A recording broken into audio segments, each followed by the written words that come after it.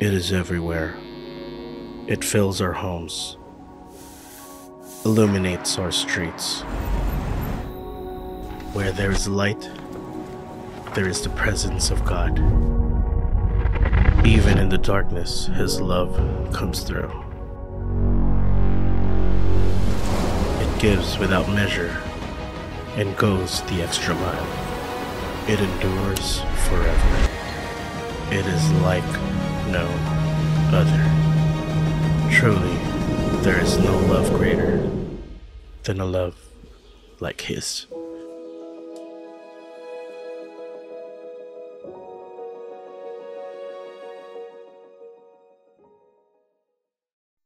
Puwede po ba natin palakpakan ang ating music team? Yeah. And, puwede mo bang batiin yung katabi mo, sabihin mo, "Bago ka lumabas sa place na 'to ay mapunuan ka ng pag-ibig ng Panginoong Diyos." Ang haba. O sige, mapagpalang araw ng Linggo, malamig na araw ng Linggo sa ating lahat. So, tayo po ay nasa ikalawang yugto na ng ating serye na pinag-uusapan po natin ay ang pag-ibig ng Panginoong Diyos. Last week, inunawa po natin ang kanyang perfect love. Sabi mo, perfect love with a capital F. Yeah, hindi, P. So, ito po yung perfect love ng Panginoong Diyos. Sino dito talagang truly na intindihan mo yung pag-ibig ng ating Panginoong Diyos na unconditional, sacrificial, and it is eternal. Na wala ka ng ibang hahanapin pa na pag-ibig kundi itong pag-ibig po ng ating Panginoong Diyos. At ginawa niya po ito sa pamamagitan ng isinugo niya po ang kaisa-isa niyang anak na tayo pong mga makasalanan ay nagkameron po ng pagkakataon na ipag-ayos sa atin pong Diyos Ama. So again, this is a perfect love. Ibig sabihin po yung pag-ibig po ay hindi po ito pag-ibig na nagbibigay lamang ng sabi po, God is love and love is not God. So it means ang Diyos po ay pag-ibig at ang pag-ibig po ay hindi Diyos. Kasi minsan marami pong nagkakasala dahil sa pag-ibig. But ang pag-ibig po ng Diyos ay ibinigay niya para po sa mga makasalanan. At dahil sa kanyang pag-ibig, isinugo niya po, siya po mismo rin ang nagbayad sa kasalanan. And now, we will talk about living in God's perfect love. Ngayong naintindihan natin, naunawaan po natin ang pag-ibig ng Panginoon Diyos, ngayon naman po, papaano daw po natin ito ipamumuhay sa ating mga buhay. So unang tanong, ano ang matindi mong ginawa sa ngalan ng pag-ibig? Yun. Sabi po nung iba, nagpatawad ako kahit sa taong hindi kapata-patawad. Sabi naman nung iba, sa ngalan ng pag-ibig, inintindi ko yung tao na kahit hindi kaintindi-intindi. Sa ngalan ng pag-ibig, ibinigay ko ang lahat na wala nang natira para sa akin. Wow! And dahil diyan, gusto ko kayong bigyan ng isang awitin sa ngalan ng pag-ibig. Hanggang sa dulo ng ating walang hanggan, hanggang ang puso'y wala na nararamdaman, kahit matapos ang magpakailan pa man, ako'y maghihintay sa ngalan ng pag-ibig. Maraming salamat. Again, nasa simbahan pa rin po tayo. Maraming po salamat sa pumalakpak. Pero again, can we all stand up bilang paggalang sa salita ng Panginoong Diyos? And let's understand na sa ngalan ng pag-ibig ng Panginoong Diyos na binigay sa atin, ito po yung kaya natin gawin. Let's read in 1 John chapter 4, verse 11 to 18. Mga minamahal, kung ganoon na lamang ang pag-ibig ng Diyos sa atin, nararapat lamang na mag-ibigan tayo. Wala pang tao na nakakakita sa Diyos, ngunit kung nagmamahalan tayo, ang Diyos ay sumasa atin at lubos na natupad ang kanyang pag-ibig sa atin. Nalalaman nating tayo'y nasa Diyos at ang Diyos ay sumasa atin dahil ibinigay niya sa atin ang kanyang Espiritu. Nakita at pinatotohanan namin na isinugo ng Ama ang kanyang anak bilang tagapagligtas ng mundo. Ang sinumang kumikilala na si Jesus ay anak ng Diyos, ang Diyos ay nasa kanya at siya naman ay nasa Diyos. Kaya nakilala na natin at pinaniwalaan ang pag-ibig ng Diyos sa atin. Ang Diyos ay pag-ibig at ang nabubuhay ng may pag-ibig ay nananatili sa Diyos at ang nananatili rin sa Kanya ang Diyos. Sa ganitong paraan ay naging ganap ang pag-ibig sa atin, kaya panatag tayo sa pagdating ng araw ng paghukom dahil ang pamumuhay natin dito sa mundo ay tulad ng kay Kristo. Walang anuman takot sa pag-ibig. Pinapawi ng ganap na pag-ibig ang anumang takot. Kung natatakot man ang isang tao, ito'y dahil takot na maparusahan at ipinapakita lang nito na hindi palubos na natupad sa kanya ang pag-ibig. Tayo manalangin. Panginoon, Diyos Ama, marami pong salamat sa pagsugo nyo ng kaisa-isa niyong anak na si Jesucristo.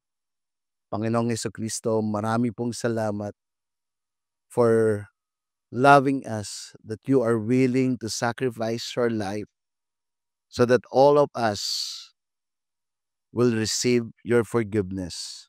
And also, we are open our hearts today. God the Holy Spirit, guide us in every aspect of our life, in every areas of our heart. We allow you that it is you, Lord, who will manifest that your love that you've given to us, we will end up into practice, Lord. Lord, hindi madaling magmahal, but inaalaw namin na ang iyong salita ang mangusap sa amin para ibigin namin ang mga tao na hindi kaibig-ibig. Tinataas namin ng aming samot-dalangin tanging sa pangalan na iyong anak na si Jesus. Ang lahat ay magsabi ng Amen and Amen. So, again, ito po ay sinulat ni Apostle ni John the Beloved. Kung makikita po natin yung even in the first week, ang laging tawag niya sa mga mga nakikinig, sabi doon, mga minamahal. And why? It is also because John called the disciple na the Beloved. Kasi siya po yung laging kasama ni Jesucristo. That's why ito rin po ina-address niya yung mga mananampalataya. Ina-address niya na mga minamahal. Pwede mo sabihin sa katabi mo, ika'y minahal. Yan eh, ika'y minahal. O sabihin mo nga, o di kaya sabihin mo, I love you. So what is the feeling when you say I love, or you receive the I love you? Di ba? Ang sarap ng pakiramdam. Maybe because ito yung naramdaman ni John, kaya ito rin lagi yung ibinabato niya sa mga mananampalataya. And again, kung makikita po natin ito pong First John po ito, sinulat po ito ni Pablo kasi ni John, kasi po maraming mga maling katuruan. Even in the first verse po sa chapter 4, makikita natin dito na ina-address siya dito, ano ba yung katotohanan? So kung ikaw ay merong Diyos, sabi dito, there's a moral test. Ibig sabihin may pagsunod sa kanyang salita. So it means if we receive the love of God, it will end up for us na sumunod po sa kanya. In the same time, yung relational test na sinasaad niya dito na kung tayo po'y nakareceive ng pag-ibig, it will end up na ibibigay po natin ito sa iba yung pag-ibig na meron tayo. Kaya po yung first point na meron po tayo, God's love is meant to be shared with others. Sinasaad po dito in verse 11, mga minamahal, kung ganoon lamang ang pag-ibig ng Diyos sa atin, nararapat lamang na mag-ibigan tayo. Sinasadya dito kung ano yung pag-ibig na na-receive natin, ito rin po yung ibibigay natin sa mga tao po. Ibig sabihin, ano po ba yung pag-ibig na na-receive natin? It is unconditional, it is sacrificial, and it is eternal. It means love is a command in the Bible, and the standard in which we are to love is the way God loved us. In John chapter 4 verse 12, sabi po dito, wala pang tao ang nakakakita sa Diyos. Ngunit kung magmamahalan tayo, ang Diyos ay sumasa atin at lubos na natubad ang kanyang pag-ibig sa atin. So ibig pong sabihin na yung love po is not based on feelings but on action. Love means forgiving, serving, and showing kindness even when it is inconvenient or undeserved, just as Christ did to us. Ibig po sabihin, God loves not just something we receive, it is something we are called to share. God's love is not meant to be kept to ourselves, but should be given to others. And pagka tinanong ko po, madali po bang magmahal sa taong hindi ka mahal-mahal? Yan, seryoso na tayo pagka ganun ang mga usapan, ano. Eh, siyempre ang sagot po bilang tao, hindi. Hindi madaling magmahal. Pero sinasaad po dito, if we understand the love of God, of what Jesus Christ did on the cross, ito rin daw po bilang Kristiyano ang ibibigay natin sa mga tao. Honestly po nung binabasa ko 'to sabi ko, grabe 'no. Ito yung pundasyon na meron po tayo yung pag-ibig po na binigay po ng Panginoong Diyos sa cross ng Kalbaryo. At kung ikaw isang Kristiyano, you just attending and doing the things na parang ginagawa mo ito dahil mahal mo ang Panginoong Diyos, good po 'yan. Pero it must be anchored into the what Jesus Christ did on the cross. If we understand it, it will end up giving also to others. Pero kung hindi mo pa po nararanasan 'yan, masasabi ko po na imposible po natin mahalin yung iba ng katulad ng perpektong pag-ibig ng Diyos kung hindi po natin naranasan yung pag-ibig niya sa atin. Maybe it's a false love, 'di ba? Nabanggit ko kanina, papaano malalaman na hindi tamang pag-ibig 'yan kung 'yan po ay pag-ibig na napupunta ka po sa kasalanan. Look at the love of God to all of us. Tingnan mo yung pag-ibig po ng Panginoong Diyos sa atin. Galit na galit po ang Diyos sa kasalanan. At sa sobrang galit niya sa kasalanan, dapat ang kasalanan ay mabayaran. He is a God who is holy and just. Kaya ang ginawa niya po, siya pa rin po mismo ang nagbayad sa ating mga kasalanan sa pamamagitan po ng Panginoong Hesukristo. And look, itong pong love is holy and justice. Kaya po tayo, pag kami nagsabi sa'yo, kung mahal mo naman ako, samahan mo ako dun sa biglang liko. Ihanda mo po ang iyong kamay at hindi yan ang tunay na pag-ibig ng Panginoong Diyos. God's love is holy.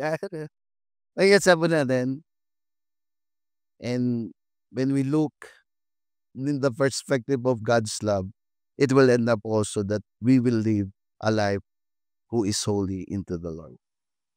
Pero sinasaad ko rin po na hindi pa po tayo perpekto. That's why kailangan po natin intindihin, unawain ang pag-ibig ng Diyos, ang salita ng Diyos, so that we will end up into a maturity. When we love others selflessly, we demonstrate God's character to the world. In other words, when we love others, we make God visible to the world, and His love is made complete in us. Even though no one has seen God directly, His presence is made visible through acts of love shown by His people. Kasi po yung sabi po dito sa verse 12, wala pang tao ang nakakakita sa Diyos. Ngunit kung nagmamahalan tayo, ang Diyos ay sumasa atin at lubos na natupad ang kanyang pag-ibig sa atin. Totoo naman po, wala pa po nakakakita sa Diyos Ama. But through our works, it means through forgiveness, ipinapakita po natin ang pag-ibig ng Panginoong Diyos sa mga tao. It's just like we are like a mirror. Diba yung mirror? Yung salamin, pagka itinapat mo po sa ilaw, it reflects po na yung ilaw. Kung ang source po niyan ay light, it will reflect the light. So, ibig po sabihin, when we love others selflessly, i-demonstrate po natin sa iba yung karakter ng ating Panginoong Diyos. Ang tanong po, every time people look at us, napapakita po ba natin yung ating pong Panginoong Diyos? And sino dito, nasabihan ka na nung tao na, wow, ang laki na ng pinagbago mo. Meron po ba? Palakpakan naman po natin bawat siya sa atin. Alam ko po, truly po, that God is using you, maybe your husband, your wife, yung mga anak po natin, yung mga tao po na nakapaligid po sa atin. Nakikita po yung Panginoong Diyos na hindi nakikita dahil po sa mga bagay na ginagawa natin. Para po yung ating pong simbahan, we truly that we have a Real Life Foundation, Love the City. Yung kanina po, yung tinatawag po natin, we are not only local, but we are global church po. That even in Kazakhstan, that in everything po na ginagawa po natin dito po sa simbahan, ay truly po, it's advancing God's kingdom. Sharing the gospel. And not only that, but some of us na nandito po, ay truly extending their time, doing victory group, doing one-to-one, and again, doing that truly, yung mga tao po nagre-reflect kung sino yung Panginoong Diyos sa atin. Palakpakan po naman natin bawat sa atin nandito. In church, ito naman, paano naman natin sa simbahan natin may papakita yung pag-ibig ng Diyos? Sige, tingnan mo na yung katabi mo. Yan. Sa church, maybe we pray to one another, encourage one another, also forgive one another, help one another. Bigyan po natin tulong yung mga nangangailangan ng tulong. And especially most, bawal po ang chismisan, no? Wala pong gossip. Yeah, if you hear something about her, maybe you need to pray for her instead na ipagkalat po natin ito sa iba. So, love one another.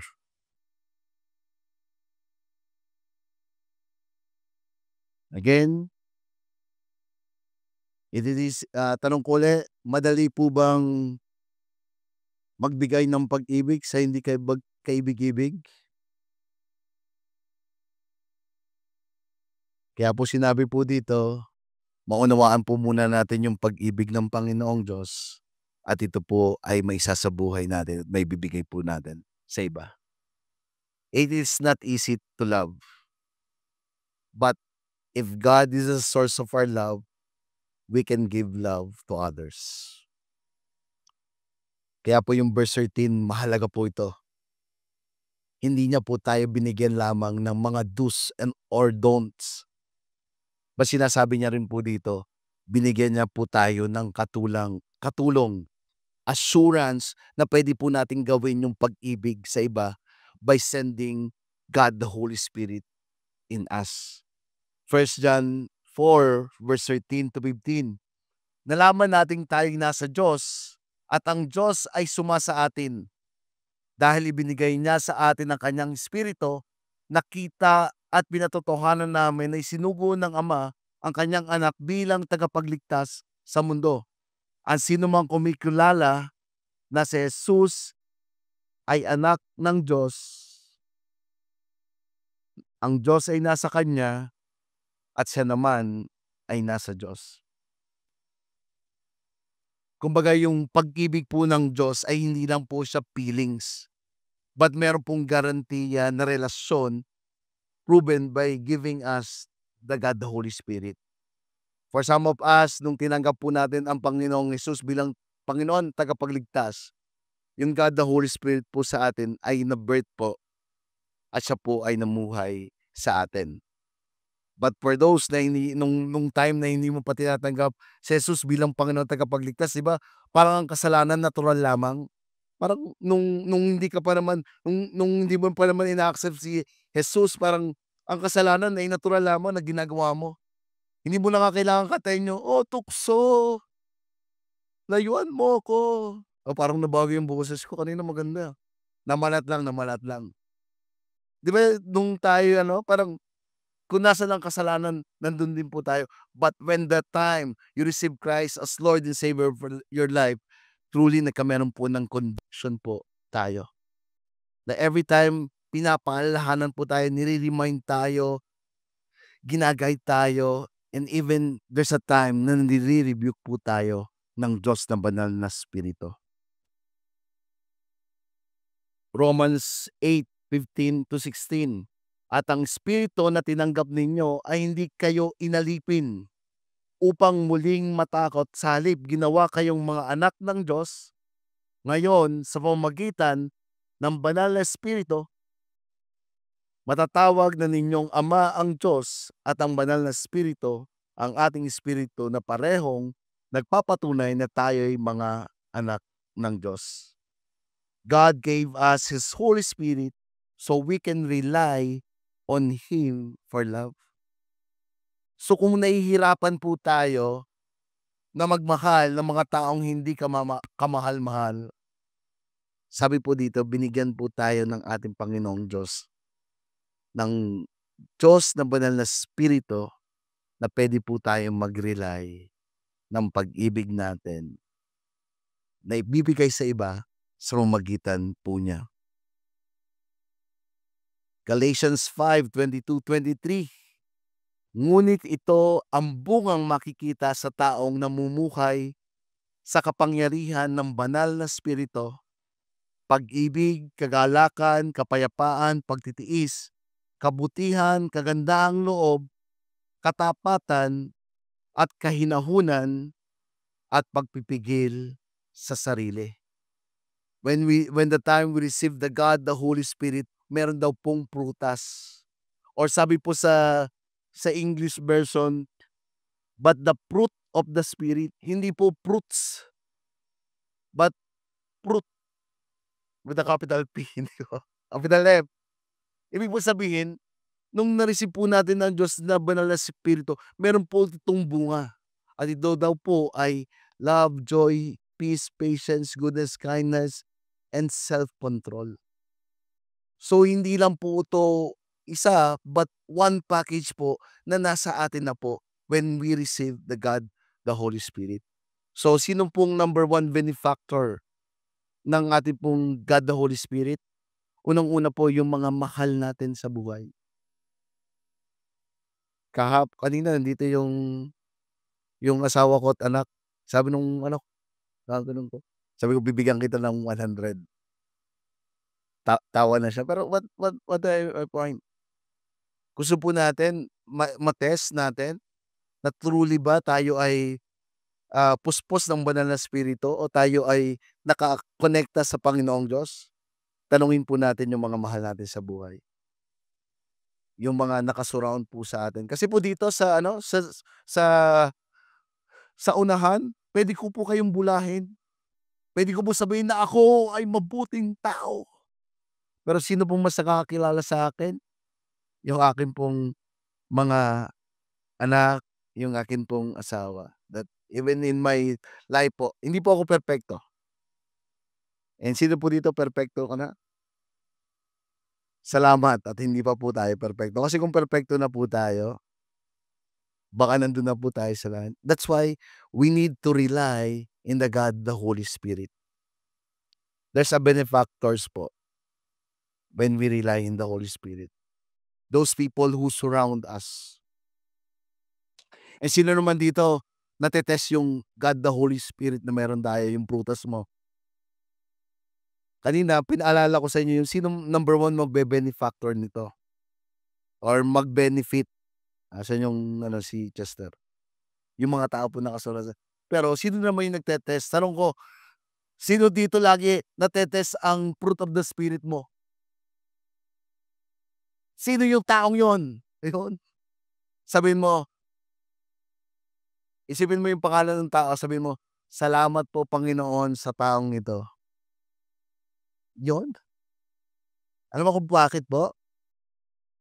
Through testing natre-train po tayo, nagma-mature po tayo dun sa testing na yon. Kaya po pagka nakita mo na agad yung taong yon, confess mo na itong Galatians 5:22-23. Ngunit ito ang bungang makikita sa taong namumuhay sa kapangyarihan ng banal na Espiritu: pag-ibig, kagalakan, kapayapaan, pagtitiis, kabutihan, kagandahan loob, at katapatan, kahinahunan at pagpipigil sa sarili. Kung dumadaan po tayo sa struggle ng pag-ibig, tandaan po natin na hindi po ito sariling kakayanan po lamang natin para gawin. But we must rely on the God, the Holy Spirit, who is in us, who working in us. Bago po ma-reach po yung anger natin, yung frustration, mag-pause for a while ka muna and ask the God, the Holy Spirit, to help you. God, the Holy Spirit, andyan na naman siya, nakita ko na naman. Bigyan mo ko ng pagpipigil sa sarili. Bigyan mo ko ng kahinahunan. Bigyan mo ko ng kapayapaan. Andiyan na naman yung takot. Andiyan na naman si Judith. Judith na ng Meralco. I don't know. But let's rely on the God, the Holy Spirit. Kahapon po, nagbukas po yung ATV. ATV basketball. Naku po ay player po. Alam niyo po, every time napapunta po ako sa court, lalo na dito sa Lukban, nagdadasal po talaga ako. Let the Holy Spirit guide me. Kasi po pagka basketball po, hindi naman po dahil pastor ako, "Huwag ka sana sumut, Lord, thank you." Hindi po siya susuot. When I play basketball, talagang ano po yan, na sa pisikalan po. And I give my best para dun sa team ko po. Tapos one time, yung isa siniko niya ako. Sabi ko, "God loves you." Ah, ay nung pangalawa kita ko na naman. Pak! Up! Sino dito, 'di ba nate-test tayo lahat? Kahit po ako pastor, pabanding nung ginantihan ko po, kasi nagagalit siya sa'kin kasi ang galing-galing niya po, bilis siyang ay pagka ako pak! So hindi siya makapasok agad. Nung bandang huli sinisiko na po ako, siguro nakalasiko naman sa'kin. Siyempre in every action, there's always a reaction, tama ba? Tao lang naman po ako kaya binigyan ko rin. Pero wag po kayong mag-alala, nag-repent naman ako nung ni-remind ako ng God, Holy Spirit. So what do I mean? There's a confidence to all of us na pwede po nating gawin, maging mabuti sa kapwa natin. Bakit? Binigyan po tayo ng Panginoong Diyos, ng Diyos na banal na Espiritu, na maggagabay, magtuturo, at magre-rebuke sa atin sa oras ng pangangailangan. And sino po dito natutuwa kayo? So that's why yung pamumuhay po natin bilang Kristiyano, hindi na po tayo nabubuhay in our flesh. Kasi pwede po by flesh But now we are living with the God, the Holy Spirit, that we can rely on Him, and even His Word, yung salita po niya, na patuloy at patuloy nagre-remind sa atin how to live here on earth, how to be obedient. And without the power of the God, the Holy Spirit, we cannot do this. Last point, God's love casts out fear. In verse 17, sa ganitong paraan ay naging ganap ang pag-ibig sa atin, kaya panatag tayo sa pagdating ng araw ng paghuhukom dahil ang pamumuhay natin dito sa mundo ay tulad ng kay Kristo. Walang anuman takot sa pag-ibig, pinawi ng ganap na pag-ibig ang anumang takot.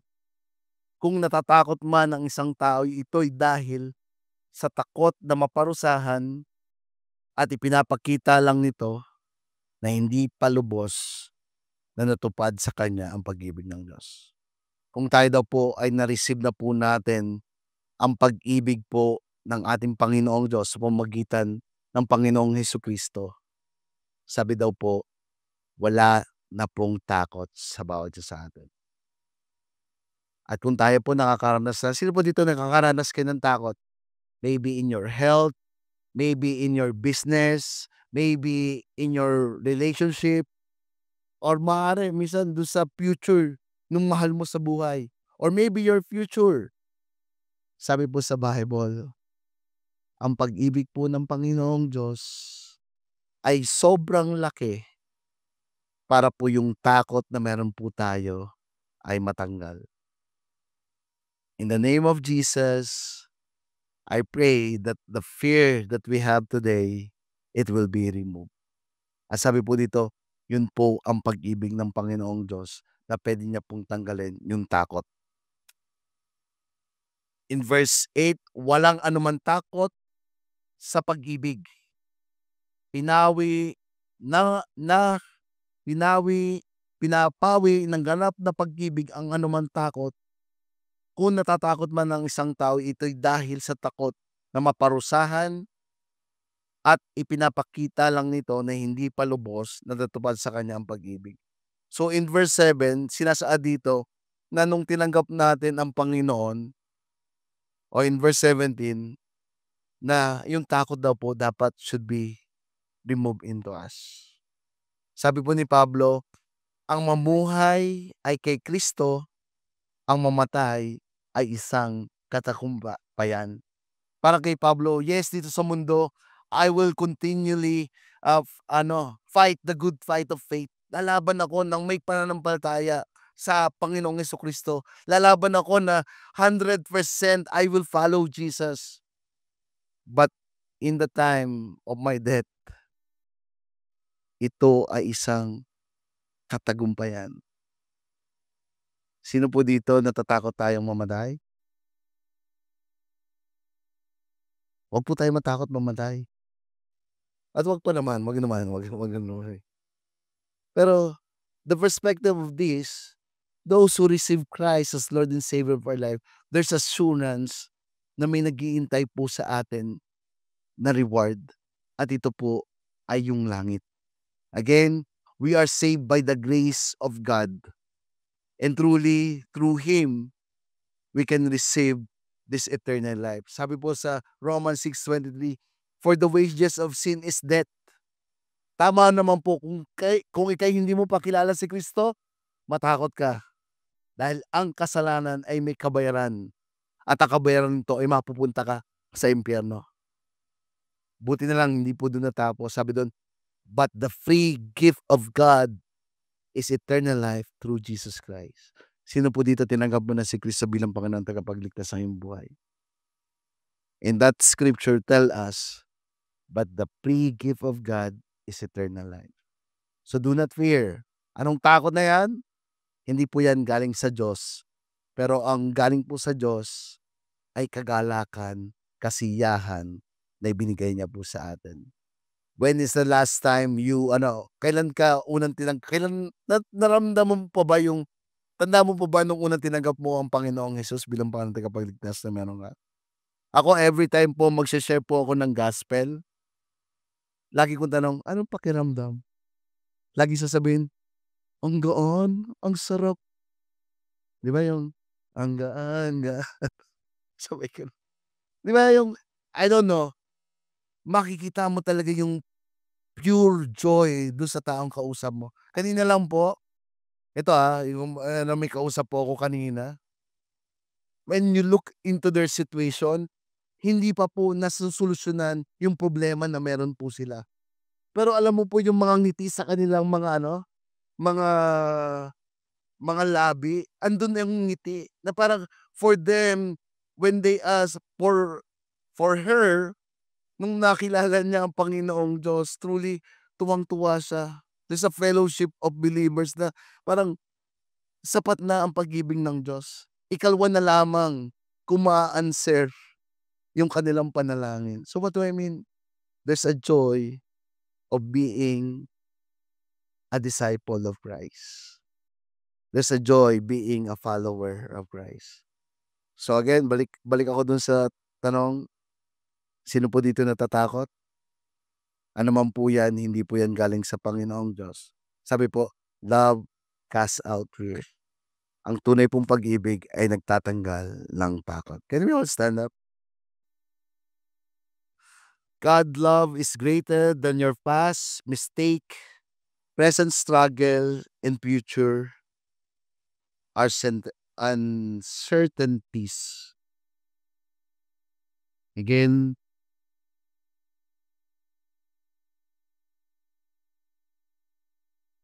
ang pag-ibig po ng Diyos ay malaki kaysa sa atin pong past mistake, present struggle, at sa atin pong inaharap. Let us pray. Lord, thank you. That's you, Lord, who gave us the strength, Lord, to believe in you, God. That truly in you, Lord, you cast out fears. Lord, thank you for your message today. We pray also that we will live your perfect love na ibinigay mo po sa amin. If you are the person that somehow you understand the word of God, the love of God, but there's a hesitation to forgive others, or there's a hesitation also to do good. But I believe God is affirming you that if you surrender that person to the Lord, unang-una, ikaw ang pinapalaya niya. Hindi mo lang pinalaya yung taong yun, but pinapalaya ka na rin ng Panginoong Diyos sa bagay na yan. If you are that person, I want to pray for you. Lord, we allow you, God, the Holy Spirit, to intercede to us. Teach us to pray, how to pray. Teach us also how to forgive that person. Give us your spirit,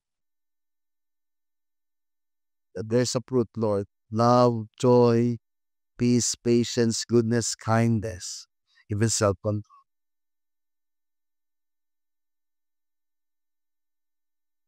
In the name of Jesus, we know, God, that we can forgive that person. Second person that I want to pray, if there's a fear, mayroon pong takot, maybe takot ito sa iyong kinabukasan, for your future, I want to pray for you. Lord, thank you also for giving us the confidence that you will never leave us nor forsake us. Kasama ka namin, Panginoon. You said also to your word that greater is He who's living in us than He who's in the world. There's a spiritual battle that's happened into us. In this world, truly, there's a testing of faith. There's a testing of relational. There's a testing of moral. But the Lord says to all of us, He removed all the fears that we had. In Him, there's a victory upon victory that will happen to us. Lord, thank you. Can we all lift our hands to the Lord? Lord, thank you.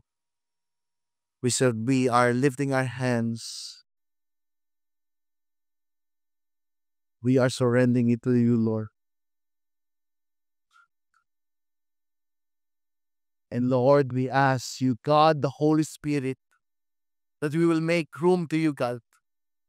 Nagdarasal po kami, Panginoon, na ngayon, inaas namin, Panginoon, na yung buong puso na meron kami, we want to abide in you, Jesus. We want to abide in you, God the Father. And we allow you, God the Holy Spirit, to manipulate us. We make room for you, God the Holy Spirit. Remind us, teach us, even rebuke us in the things that is not pleasing to you. In this place, wala pong ibang karapat-dapat na maitaas, kundi ikaw lamang, Panginoong Diyos. And now we are humbling ourselves before you, God. Lord, remove, Lord, those bitterness in us. It is not for you. Lord, tagalin mo yung takot na bumapalot sa amin today. At palitan mo ito ng kagalakan na nag-uumapaw dahil sa iyong pag-ibig na ibinigay sa amin. Oh God, I believe God is embracing you today.